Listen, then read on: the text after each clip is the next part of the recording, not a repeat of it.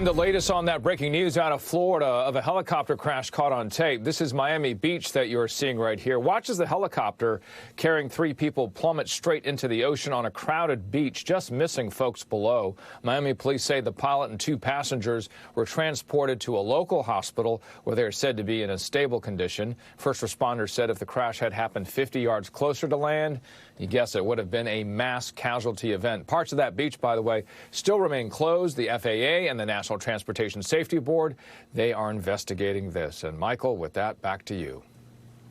Thank you. Canadian police arrested dozens of protesters today in an attempt to clear the streets of Ottawa. A small group of truckers took over the capital city 3 weeks ago in protests of the country's COVID restrictions. During that time, they became something like folk heroes to the Fox crowd. In their telling, it was a modern civil rights movement like the one we saw in the 1960s. But one Fox contributor took the analogy just a little bit too far. This is an act of civil disobedience. That is a standard tactic of groups going back to the civil rights movement even earlier to block bridges and streets, to do what was referred to as, quote, good trouble.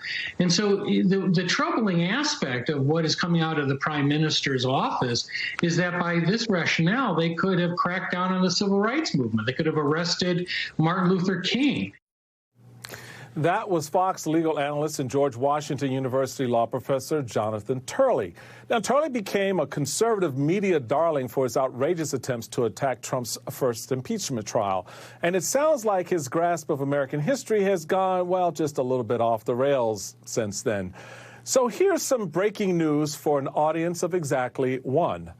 Dr. King was arrested dozens of times, famously so. He spent time in jails all over the South, often for crimes like, holding a prayer vigil. Dr. King and the civil rights movement weren't exactly well received by many in power at that time. And he called out those holding back progress, famously writing, quote, "Injustice anywhere is a threat to justice everywhere."